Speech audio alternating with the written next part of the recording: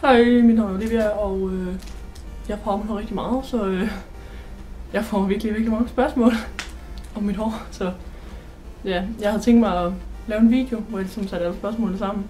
Fordi at der er mange af dem, der er svære at svare på sådan en enkelt kommentar, eller der er mange spørgsmål, jeg får igen. Og så ville det være fedt at lige at have en video, hvor man lige kunne sige, hey, her er svaret på de spørgsmål. Så det er meget fedt.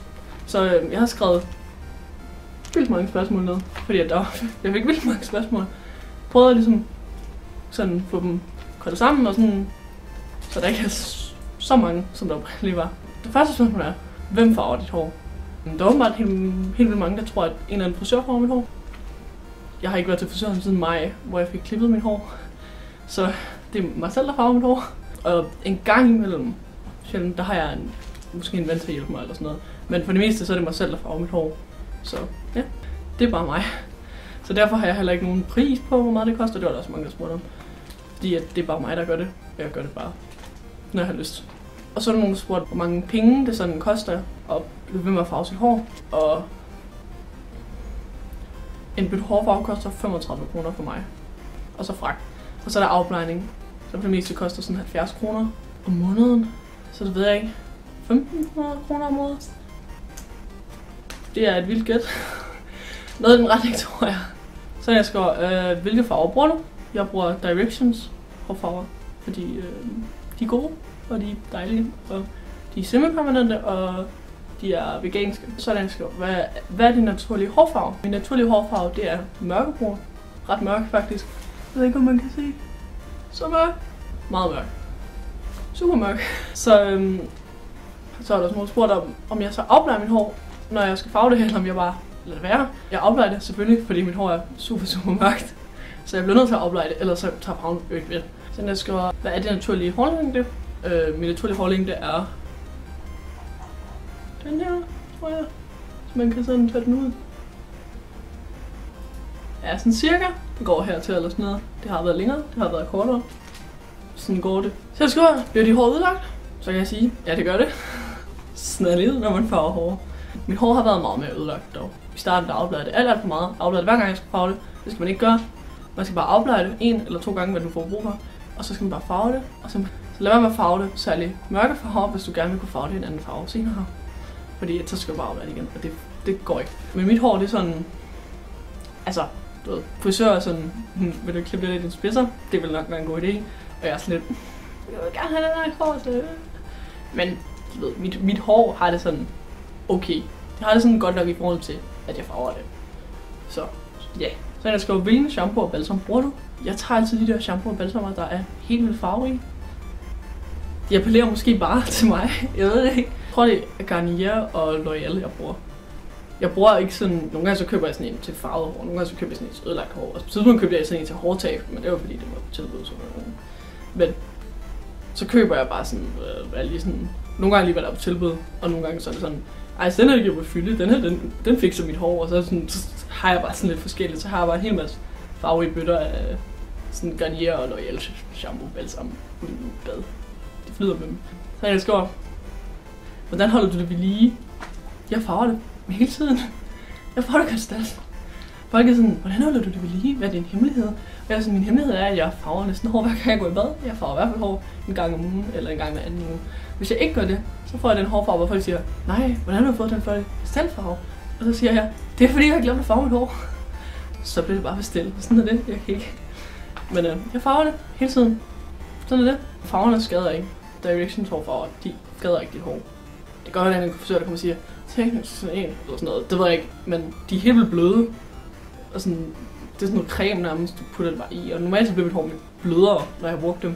Så jeg satser virkelig ikke på, de skader, og jeg bruger dem også hele tiden. Mit hår sidder der endnu, så er jeg en, der skriver, hvordan farver du det? Og det er bare sådan et åbent spørgsmål, hvor jeg kan sige rigtig mange ting, og jeg kan snakke i 100 år. Og det er lidt et problem, fordi jeg kan ikke bare sige sådan farver jeg mit hår, udover at jeg bare siger, jeg klasker bare hårfarve mit hår, inden jeg går i bad. Det er sådan det hurtige svar til sådan, hvordan farver du mit hår. Det lange svar, jeg har en video, lavet en anden video, den er på engelsk, det er lidt klamt, dårlig engelsk, akavet, men jeg klasker bare farve mit hår, jeg ved ikke hvad jeg skal sige. Altså mit hår er altid okay lyst, det kan jeg se, det er okay lyst nu. Det det falder mig altid, så farver jeg jo bare farver indover, som ikke sådan helt imod hinanden. Så blander jeg tit op med balsam, fordi ellers så bliver det så mørkt. Og så er det så svært at farve en anden farve senere, og jeg har bare lyst til at skifte hårfarve lidt ofte. Så jeg satser lidt på de lyse farver, og så tager jeg bare i, som jeg nu føler det. Jeg har ikke så meget teknik. Det bliver bare sådan, det her det skal være blåt, og så tager jeg sådan, og så, det her det skal være lilla, og så... Sådan der. Jeg ved ikke, hvad jeg skal sige.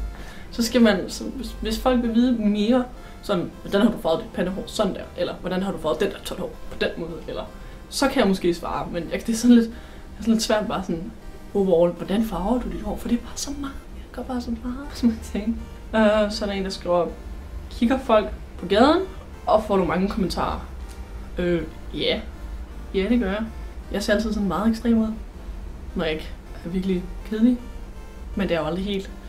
Jeg har ikke lagt mærke til det så meget selv, men jeg har venner, der er sådan, Olivia, alle er glade på dig. Alle glade på dig. Og jeg er sådan, nå gør de det? Det kan jeg egentlig godt se nu. Jeg kan ikke rigtig mærke til det. En gang periode, der begyndte jeg at tænke over det, og så jeg, hvordan alle bare kiggede på mig. Så når jeg kunne sådan få øjenkontakt med folk, sådan alle, og så tænkte jeg, det er egentlig lidt spøjst. Og nogle gange så er det de der 10-12-årige piger, der sådan visker til hinanden, hvor man sådan, jeg ved godt, du snakker om mig. Og så kigger de på en, og så præger de til hinanden, og så vender sig om, og man er sådan, jeg kan godt se, at snakker om mig. Og det er sikkert bare sødt men man er sådan lidt, jeg kan godt se, snakker om mig, det er ikke særlig hemmeligt. Men ja, der er også tit folk, der sådan siger, dit hår er fedt. Det er sådan ikke meget standard. Der er også nogen, der sådan, generelt bare folk synes, det er fedt. Jeg har ikke fået så meget sådan, det er klamt, fordi det siger folk ikke rigtigt. Så jeg får mere bare sådan, at hey, dit hår er fedt. Har du selv farvet det? Hvordan gør du det? Et eller andet. Ligesom de spørgsmål, jeg svarer på nu. Det er mest sådan, hvis jeg går ind i sådan tøjforretninger, Hematas og sådan noget, så bliver folk sådan meget, dit hår, hvordan sker der? Det er vildt. Så ja, jeg får mange kommentarer. Mange kommentarer fra små børn, gamle mennesker. Små børn synes det er fedt. De er bare sådan en regnbue, en havbro, alle mulige farver. Det er fedt, de råber op, og deres forældre bliver helt akavet, når deres børn råber, og jeg er bare sådan, det er jo ligegyldigt. Det er jo sødt. Børnene synes jeg er søde. Børnene synes jeg er en havfru. Jeg kan ikke sige det nu. Så, men ja, folk kigger. Folk siger mange ting.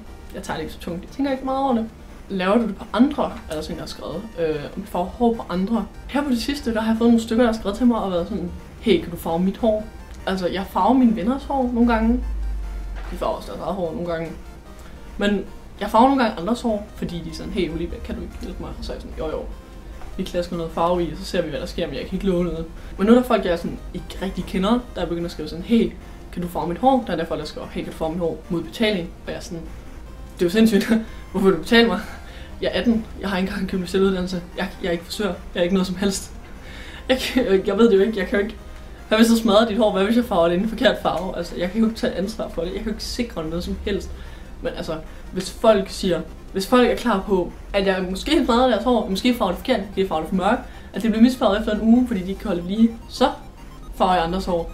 Men det er bare lidt svært, for jeg ikke rigtig ved noget frisør noget som helst. Så jeg kan ikke rigtig sikre noget, og jeg vil helst ikke have, at folk bliver sure på mig over noget, jeg ikke engang er uddannet i. Plus at jeg vil nok heller ikke bare gøre det gratis, fordi farve koster penge, og min tid koster penge, og alle ting. Så ja, sådan er det. Så jeg skriver, hvor tit vasker du dit hår? Jeg plejede at vaske mit hår hver anden uge. Hvad fuck siger jeg? Hver anden dag hedder det. Jeg plejer at vaske mit hår hver anden dag. Det gør jeg ikke rigtig mere, fordi jeg fik sat extended i. Og der fik jeg at vide, hey, du må kun vaske dit hår en gang om ugen. Og så tænkte jeg, hvad fuck gør jeg? Mit hår det bliver så klamt. Men det går. Nogle gange så vasker jeg den øverste del af mit hår. Den som sidder sådan over min extensions. Eller tot. Der var klamt. Nå. Så vasker jeg den øverste del, for at det ikke ser så fedtet ud. Fordi alt det hernede, det er extensions, så det bliver ikke rigtig fedtet. Men det går faktisk okay. Så du ved, gang hver 5. dag måske vasker jeg mit hår. Nu. Før jeg skal det være nu. Det gik fint. Det falder mig hurtigt. Men sådan er det. Så det skriver, hvordan passer dit hår til din tøjstil? Det passer super godt, fordi at jeg har altid sort på. Eller gråt. Så det passer altid til alle farverne ligesom der. Og så resten af mig, det er bare sort. Der er bare ikke rigtig så meget at komme på efter. Der er måske hvidt nogle gange, måske det er sådan lidt gråt. En gang imellem har jeg en lille farve på, så kikser det lidt med håret og farven. Så det gør jeg helst ikke så meget. Hvis jeg ikke tror det samme farve som mit hår, fordi så, jeg har prøvet pink trøje med pink, og det var sådan, så forsvinder det sådan på den underlige måde, og det er ikke særlig behageligt at se på. Så ja, så jeg skriver, hvilke farver har du i dit hår? Det er nok lidt, der hænder mod den der, hvad for nogle farver er det du bruger, men jeg spørger, hvilke farver har du i dit hår? Lige nu har jeg Directions Carnation Pink, og så har jeg Directions Turquoise, og så har jeg det lilla der, det er bare sådan et mix af alt muligt. Det er nok mest Carnation Pink, og så en lille smule plum, og så en masse balsam. Og så fik jeg sådan på en eller anden måde den her lilla farve skabt frem. Og det hernede, det er også Carnation Pink. Alle farverne er blandet op med balsam, fordi ellers så bliver det for mørkt, og så sidder det for længe, og så kan jeg ikke skifte og sådan noget. Det er fucking træls. Der er nogle billeder af mig lige nu, som det er nok meget også det, folk tænker på, hey, hvad får du på der? Det er mine billeder med mine andre extensions, hvor jeg har en hel masse farver over det hele. Det er Lagoon Blue, Carnation Pink, Lavender og Spring Green, jeg har brugt der. Så det er det. Så jeg skriver, hvorfor farver dit hår? Og det er jo sådan set et meget godt spørgsmål. Hvorfor gør jeg det? Det er der mange spørger mig. Hvorfor gider du? Jeg tager så mange andre ting, jeg gider. Men det ved jeg ikke. Jeg har bare gerne med farve mit hår, siden jeg var 13. Så jeg farve det rødt, så bliver jeg 14, så bliver jeg farve det blåt. Så bliver jeg 16, så bliver jeg farve det lilla. Så til sidst, så farvede det lilla. Og så var jeg sådan, meget blejt. Og så var jeg sådan, nu er det lyst, nu kan jeg farve det alt muligt. Og så begyndte jeg bare at farve det alt muligt hele tiden, for jeg var sådan, det er meget fedt. Hey, den der farve, den kunne være fed, den der farve kunne være fed. Så jeg farver mit hår, fordi det er sådan, det er kreativt, det er spændende, det kan jeg godt lide. Jeg er et kreativt menneske. Jeg laver bare mange ting med mit hår. Jeg kan godt lide det, det ved jeg ikke. Det er bare hyggeligt, pænt, og så smukt med farvet hår. Fordi jeg ved ikke, jeg vil bare ikke rigtig kunne have sådan en naturlig hårfarve. Det vil jeg ikke kunne. Jeg ved det ikke. Det er ikke fordi jeg har mod andre med naturlig hårfarve. Det er bare sådan personligt, så kan jeg bare ikke se mig selv med brunt hår igen. Fordi det er bare ligesom, jeg har lagt bag med mig. Jeg kan godt lide farve mit hår. Jeg synes det er pænt. Jeg synes det er farverigt. Folk siger sådan, wow. Og jeg siger også, wow, mig selv. Så jeg bliver bare så glad af det. Jeg bliver bare glad. Jeg kommer glad som menneske at farve mit hår. Jeg elsker at have pænt hår og farve. Og det må altid ændre det. Man kan være ny hver dag, og det er bare fedt. Ja, det er derfor. Så ja, det var sådan mange af de spørgsmål. De fleste, tror jeg. Jeg tror, jeg fik de fleste med af de spørgsmål, som folk havde spurgt mig. Så jeg håber, at folk sådan kan bruge det til noget. Det var lidt sådan formålet med det. At folk sådan kan sidde ned og se videoen, og så kan de tænke, så på den måde. Og så kan de sige, yes, lige på den måde. Men det kan jo godt være, at nogen der tænker, hvordan det der, det fik jeg ikke svar på. Og så siger jeg bare, så kan det være, at du skal skrive til mig et spørgsmål. Og så kan det være, at jeg laver en nummer 2 af den her video. Nu er det ikke fordi, at jeg er så mega famous, bare sådan, så kommer the sequel. Men så kan det være, at jeg laver en til, fordi at jeg får konstant spørgsmål omkring mit hår.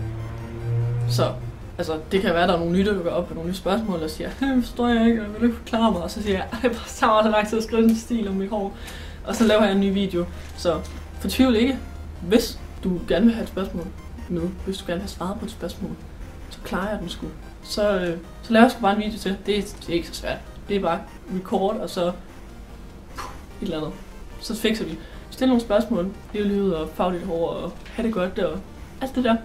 Så ja, tak fordi I så min video. I må jo gerne ligesom like den og sådan noget og subscribe og abonnere på dansk. Så laver nogle flere hårvideoer. Der er også nogen, der sagde, lav make-up, hvad er det? Ja, kan lave sådan noget. Og så siger jeg, ja det kan jeg. Så det kan også være godt det.